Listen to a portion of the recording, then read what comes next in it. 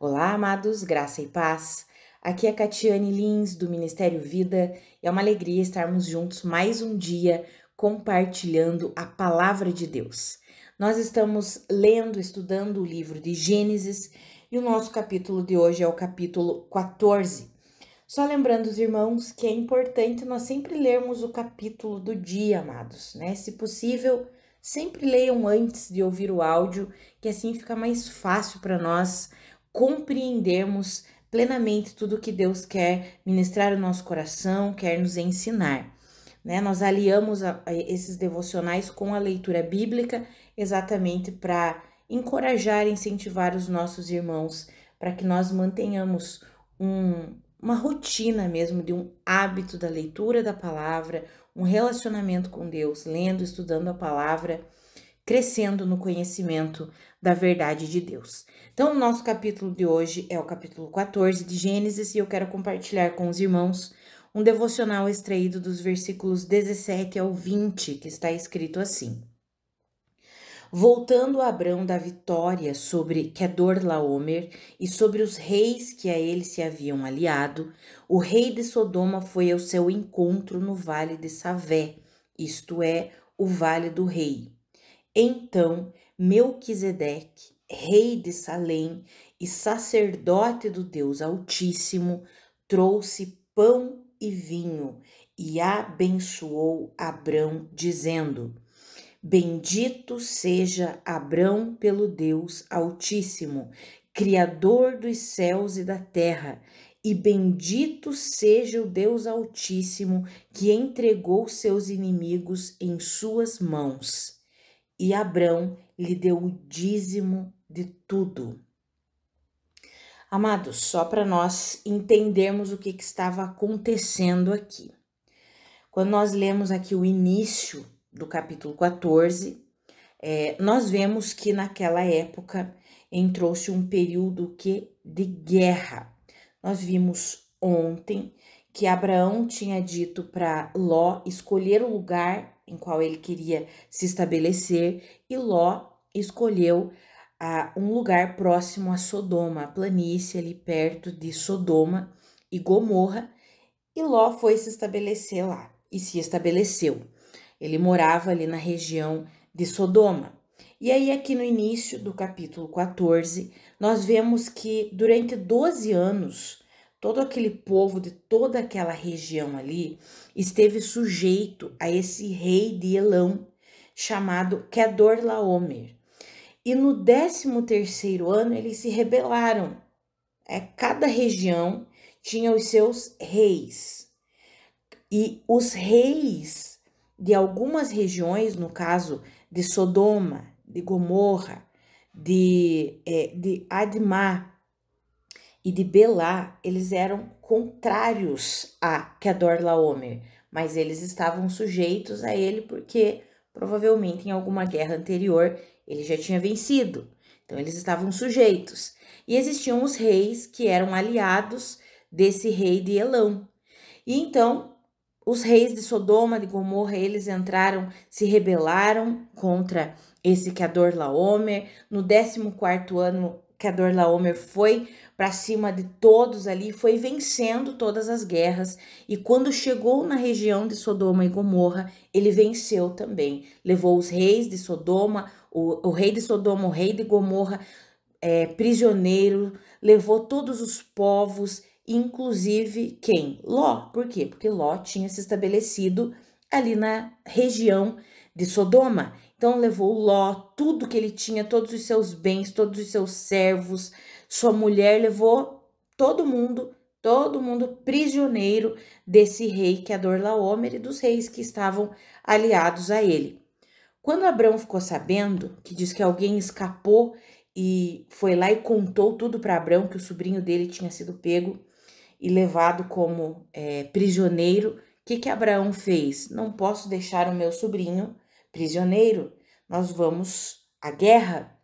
E Abrão junta 318 homens, a Bíblia fala ali no versículo 14, que eram 318 homens treinados, nascidos ali na casa de Abraão, ou seja, Abraão era um homem que treinava os seus homens para a guerra. Olha que interessante isso, amados. Nós vimos já que Abraão era um homem amigo de Deus, ele mantinha um relacionamento com Deus, era um homem que tinha uma confiança plena no Senhor.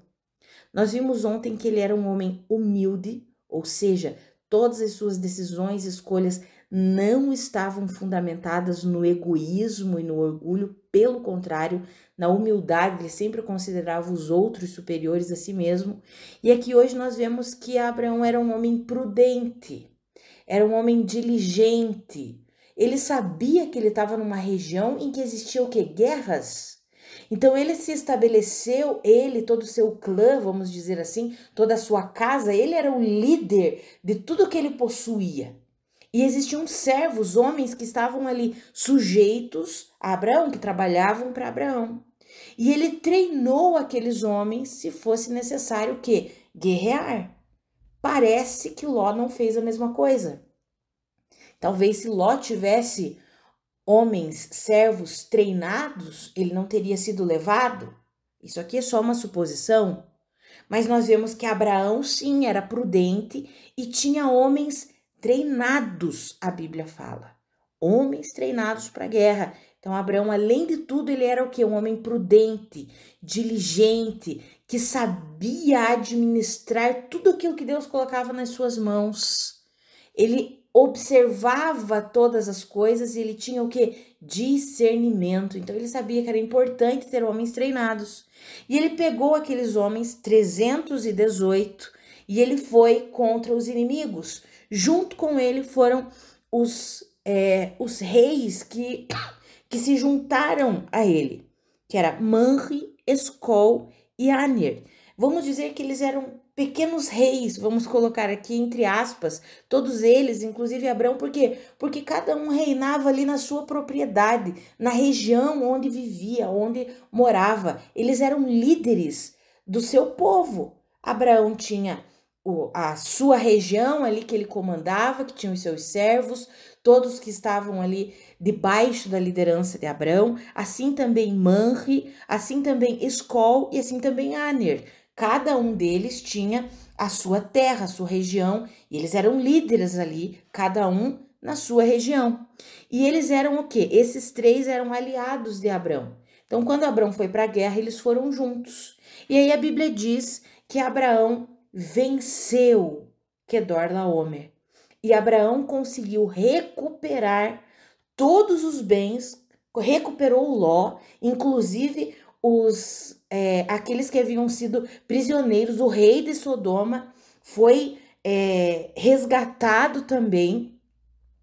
E todos aqueles prisioneiros, porque a Bíblia diz assim, que recuperou todos os bens e trouxe de volta seu parente Ló, com tudo que possuía, com as mulheres e o restante dos prisioneiros. E aqui nós lemos, no versículo 17, que depois que Abraão venceu, voltando dessa vitória contra Quedorlaomer, veio o que? O rei de Sodoma, ou seja, o rei de Sodoma também foi o que? Também foi resgatado por Abraão. E nessa volta, quando Abraão está voltando dessa guerra, vitorioso por quê? Porque Deus estava com ele, ele tem um encontro com um rei chamado Melquisedeque. A Bíblia diz que ele era o rei de Salém. Essa palavra Salém era utilizada antigamente para dizer Jerusalém. Quando dizia rei de Salém, era rei de Jerusalém. Então a Bíblia diz que Melquisedeque era o rei de Salém e sacerdote do Deus Altíssimo. E quando Abraão se encontra com esse homem, ele recebe desse homem pão e vinho. Ele era um rei, mas também era um sacerdote. A primeira vez que nós vemos essa palavra sendo utilizada aqui para alguém, sacerdote. É a primeira vez que nós vemos alguém tendo essa função diante de Deus, um sacerdote do Deus Altíssimo. Quem era? Melquisedeque.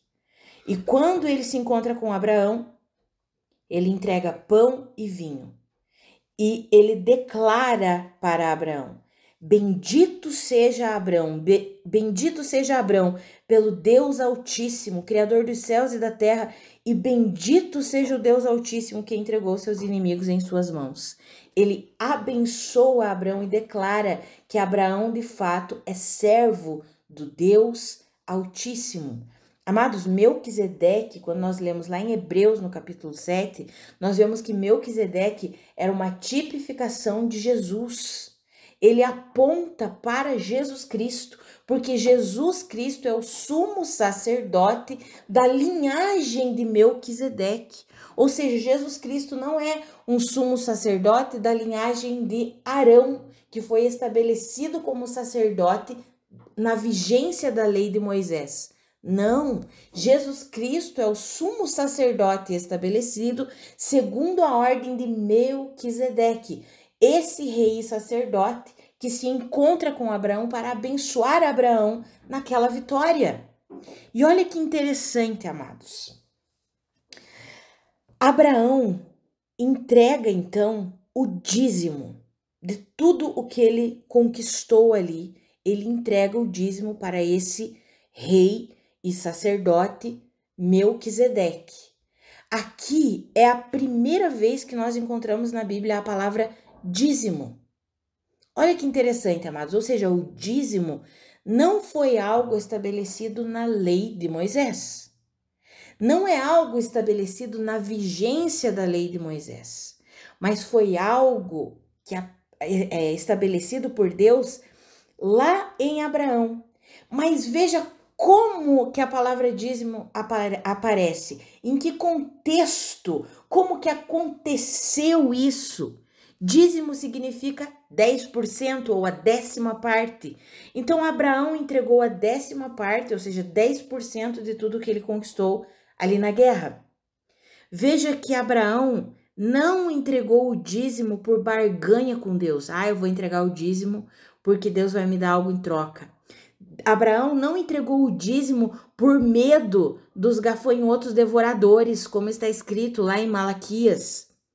Não foi por isso. Abraão entregou o dízimo por gratidão e porque ele primeiro foi abençoado.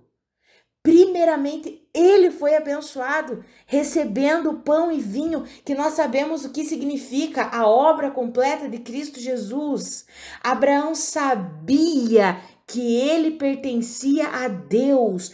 Quando ele recebe aquela declaração, bendito seja Abraão pelo Deus Altíssimo, e bendito seja o Deus Altíssimo que entregou seus inimigos em suas mãos, ali Abraão tinha a testificação: eu pertenço a Deus, eu sirvo ao Deus Altíssimo. O Senhor está comigo e por causa disso, por causa dessa gratidão, porque ele primeiramente foi abençoado por Deus, ele entregou o dízimo. Amados, esse é o conceito de dízimo. É gratidão. Não é da forma que muitas vezes nós vemos. Se nós estudarmos sobre dízimo e usarmos aquele texto de Malaquias, é um texto utilizado fora do contexto da igreja. A igreja veio como promessa feita a Abraão. Então, o dízimo para nós é do mesmo jeito que era para Abraão. Por isso que quando nós estudamos as cartas do Novo Testamento, nós nem encontramos a palavra dízimo. O apóstolo Paulo ensina e ele fala sobre o quê? Sobre oferta. Por que ele nem menciona a palavra dízimo? Porque a palavra dízimo estava tão corrompida por causa dos judeus. Eles entendiam de uma forma como se fosse apenas uma barganha com Deus. Estava tão corrompido que Paulo nem utiliza a palavra dízimo, ele utiliza sempre a palavra oferta. E quando ele fala e ensina sobre oferta, ele diz assim: dê de coração, não por obrigação. Não por obrigação, mas dê de todo o seu coração, de livre e espontânea vontade. E quem vai dar a semente para você semear é o Senhor. Ele diz que é Deus quem provê a semente para aquele que semeia. Amados, foi isso que aconteceu com Abraão. Deus deu a semente para Abraão. Deus abençoou Abraão. E porque ele entendeu que foi Deus que o abençoou, então ele lhe deu o dízimo para aquele representante, para aquele homem que tipificava o nosso verdadeiro sumo sacerdote, que é Cristo Jesus.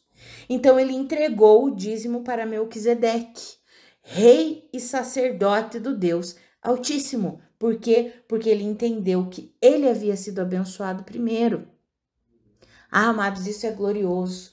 Quando nós entendemos isso, nós ofertamos ou dizimamos. Por que é dízimo, amados? É 10ª parte. Mas nós podemos ofertar muito mais. Não precisamos ficar nos 10%. Podemos ofertar 15, 20, 30. Por quê? Porque entendemos que tudo que nós recebemos é Deus quem nos dá. E esse coração agradecido e generoso é o que Deus espera de mim e de você. É o coração que Abraão tinha. Ah, amados, Abraão é um grande exemplo para mim e para você. Sabe, quando nós pensamos em Abraão, nós pensamos assim: ah, mas Abraão foi um homem muito diferente, ele não pode ser comparado a nenhum de nós. Amados, Abraão era um homem de carne e osso, assim como eu e você. Sabe qual que era a diferença? Porque ele se relacionava com Deus. A diferença é porque ele se relacionava com Deus. E nós temos nos relacionado com Deus? Nós temos crescido nessa amizade com Deus? Está disponível muito mais agora, depois da obra consumada de Cristo Jesus. O Espírito Santo vivendo em nós, Cristo Jesus já nos reconciliou com Deus. Nós podemos viver coisas extraordinárias. Talvez não estejamos vivendo, porque não temos vivido como Abraão.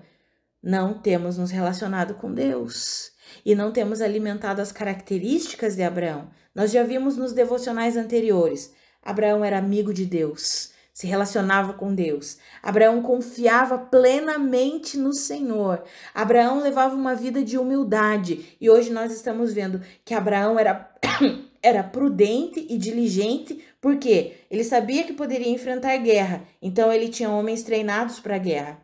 E ele era o quê? Generoso, grato ao Senhor.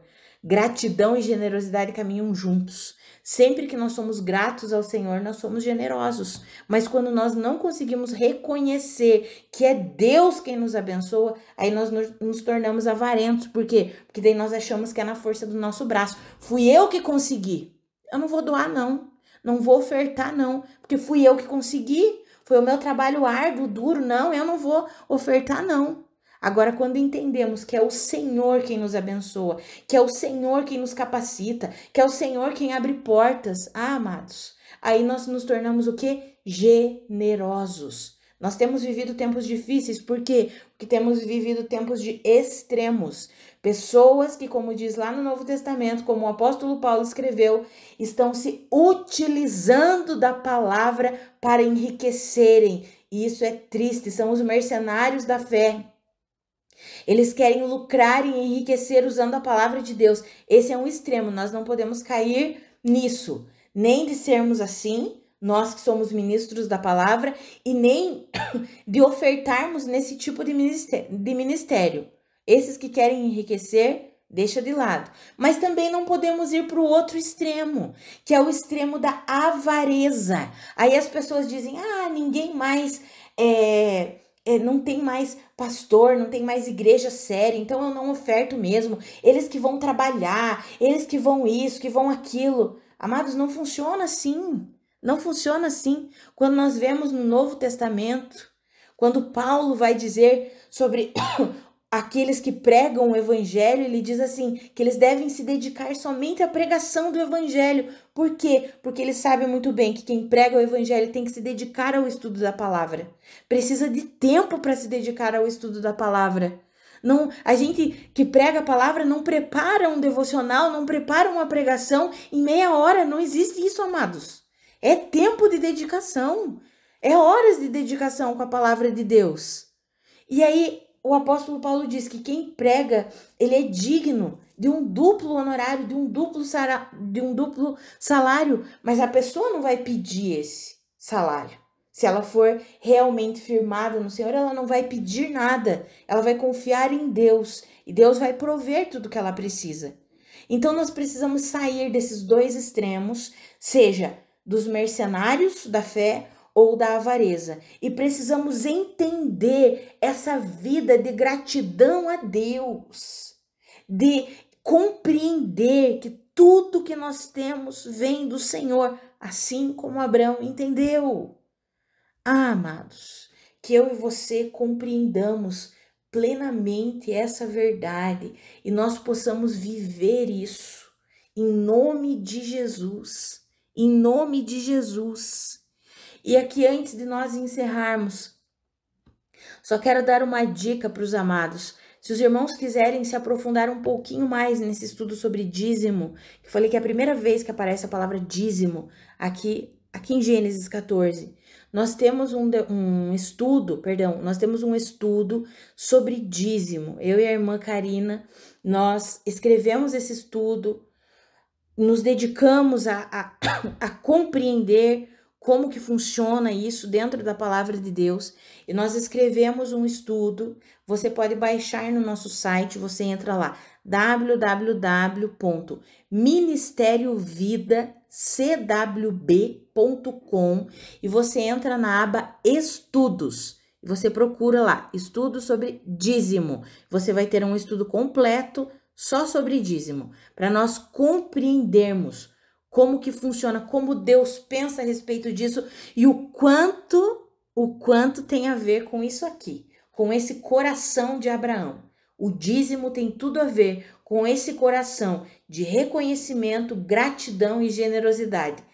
Nós vamos destrinchar aquele texto de Malaquias que fala sobre dízimo para os irmãos entenderem em que contexto ele foi escrito e por que daquelas palavras terem sido escritas ali em Malaquias. Então, se você quiser saber mais, você entra lá no nosso site e baixa o nosso site. Para quem está ouvindo no YouTube, o nosso site está aí na descrição do vídeo. Você pode clicar em cima e baixar o estudo gratuitamente. Se você não conseguir, por algum motivo, você pode mandar um WhatsApp para nós, que nós te enviamos o estudo sobre dízimo, tá bom, amados? Isso é importante, amados, até para nós crescermos nesse conhecimento sobre finanças, sobre generosidade, né? Nós temos visto tanta confusão, tantos extremos aí no meio da igreja e nós precisamos caminhar alinhados com a verdade de Deus, tá bom, amados? Então, vamos orar?